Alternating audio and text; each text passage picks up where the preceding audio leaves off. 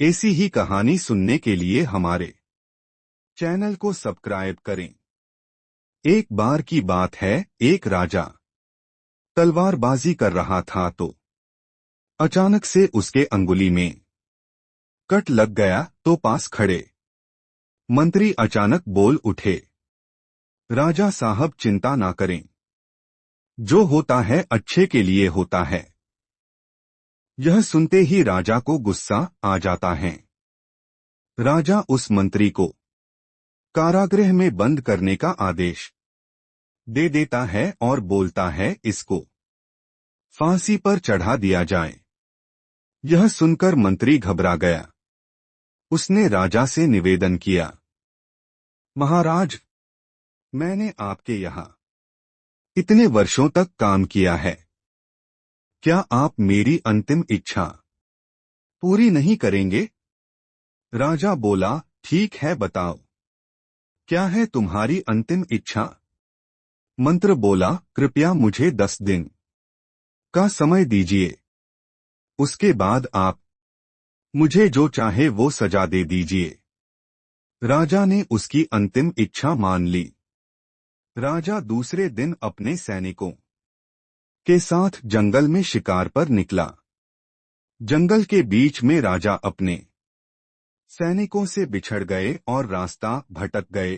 रास्ता ढूंढते हुए राजा वनवासियों के बीच पहुंच गए, जो बलि देने के लिए किसी को ढूंढ रहे थे। वनवासियों ने राजा को पकड़ लिया और वन की देवी को बलि देने के लिए ले गए।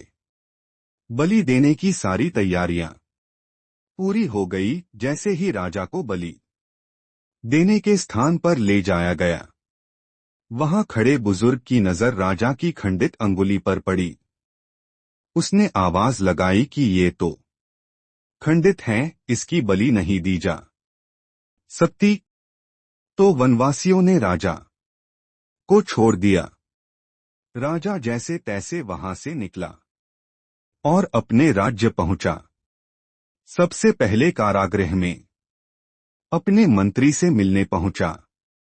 राजा ने मंत्री से कहा, आपने सही कहा था, अगर मेरी अंगुली नहीं कटी होती तो मैं जिंदा नहीं होता। यानी जो होता है वो अच्छे के लिए होता है। राजा ने फिर पूछा, मेरा तो फायदा हुआ, लेकिन आपका कैसे फायदा हुआ? मैंने तो आपको सजा दी। मंत्री बोला, मैं आपके साथ शिकार पर हमेशा रहता हूं। उस दिन भी रहता, लेकिन मेरे खंडित नहीं होने के कारण मेरी बलि चढ़ जाती।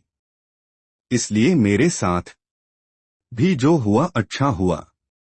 राजा प्रसन्न हुआ, लेकिन छोटी सी बात पर मंत्री को सजा देने का दुख भी हुआ। इसलिए राजा ने मंत्री को कारागृह से निकलकर फिर से अपने साथ रख लिया।